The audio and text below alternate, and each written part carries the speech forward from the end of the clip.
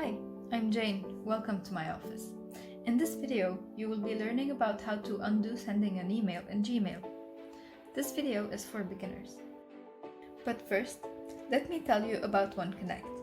We are a social enterprise based in Glasgow which aims to empower individuals and especially older adults by increasing digital participation.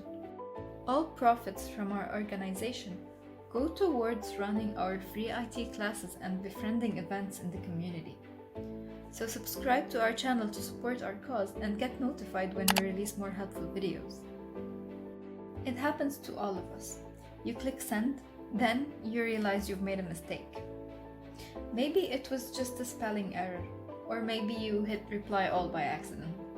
Or maybe you sent the email to the wrong person and you definitely don't want that person reading it because it might contain something super embarrassing. So if you use Gmail, you're in luck.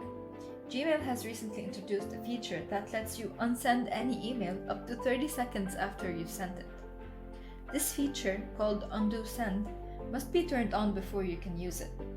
Afterward, you'll be able to take back your most recent email in a single click. To enable Undo Send, go to your Gmail account. Click the Settings button in the upper right corner, then choose Settings from the menu. Make sure you're on the General tab, then scroll down to Undo Send. Check the box that says Enable Undo Send. You can choose a cancellation period of up to 30 seconds. To use Undo Send, from now on, every time you send an email, a small pop-up will appear at the top of the page to unsend the email. Simply click Undo. The pop-up will disappear when the cancellation period is over, so do not hesitate. Great!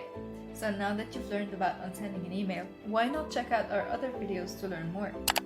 You can build on this foundation and learn how to browse the web safely and do whatever you want with your computer and the internet. If you like this video, please like it, share it, and subscribe to our channel.